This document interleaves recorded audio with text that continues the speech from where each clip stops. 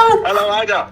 it's so cool to see you so close from the arrival. You are arriving tomorrow. Yes, exactly. I'm 150 miles away from Les Abledolon. How does Was it? at the moment there. How does it feel? It's Very your, little wind. yeah, and as you saw, it will be the same until the end almost. How does it feel to finish your first, to be so close to the finish line of your first Vendée Globe? I'm actually not sure. It feels a little bit unreal. I always, I never really thought about too much, but today I really realized that tomorrow I will be finishing the Vendée Globe and I will be stepping off my boat and back onto land. So, no, I'm excited. I'm very happy, super happy, and ready to see Les Abledolon again. We felt so sorry for you because I just remember quickly for the one who didn't follow your race enough, you worked for Hugo Boss for a while, so you know how is the channel in Les Abledolon when a Vendée boat arrives. You did so many things. You have a boat who already did the Vendée. I think you have Fabrice Amadeo's boat.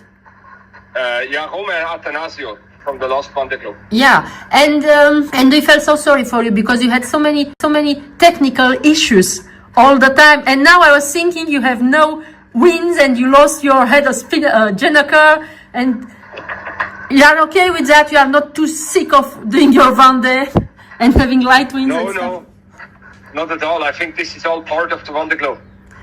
But now, it's the finish line is in sight. And I'm very much looking forward to being on land again tomorrow. What's your, just to three more questions and that's all, I promise, because I know you are busy.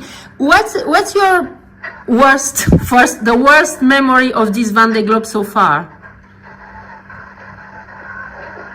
I try to forget about the bad memories. I'm not sure. There were a couple of bad memories. I think the worst moment for me was when I was in a wind hole in the South Pacific for about 5 days with very little wind. That for me was the most difficult part of the whole race. And then I saw an iceberg very close by.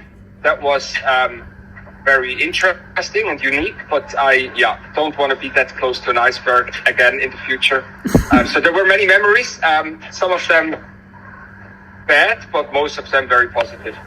What gave you the strength when it was like when you are so close to the iceberg? Where did you find the strength to don't get too anxious and be able to still sleep? Because I presume you were it was very strange to know you have growlers around and stuff and not so easy to sleep. How you could manage all that?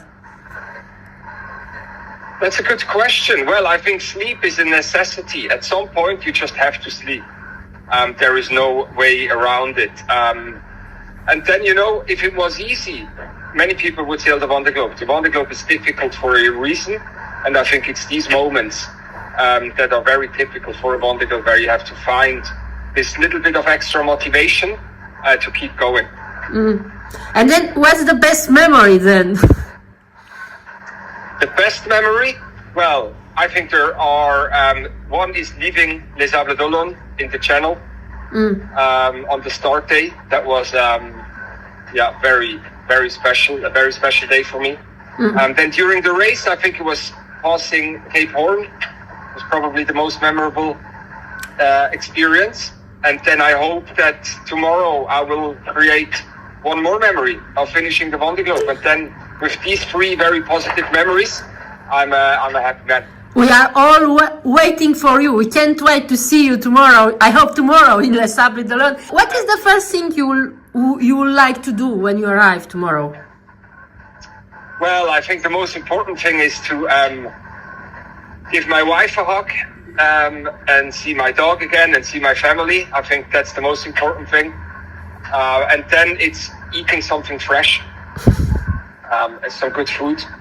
And then I think it's time for a shower, and then maybe a little nap in a bed that's not moving around. So I've got a couple of things to look forward to. Okay, so we will let you dream about all that when you will be without wind for the next 24 hours. Is the worst. I know the lack of wind is the worst thing who can happen when we are racing. So good luck. It's not easy. But to be fair, I always try and find the positives in every situation. I think now this very slow approach to Les Sables d'Olonne gives me time to mentally prepare a little bit for the arrival, because it is quite a shock from being alone on a boat for almost 100 days to being surrounded by people. So I now take this one day of trying to mentally prepare myself for the craziness tomorrow. Listen, we will be all crazy, that's for sure. Thank you so much, Oliver. Thank you so much. Thank you, Ida. Farewells and see you tomorrow. See you tomorrow. Bye bye. Cheers. Bye bye.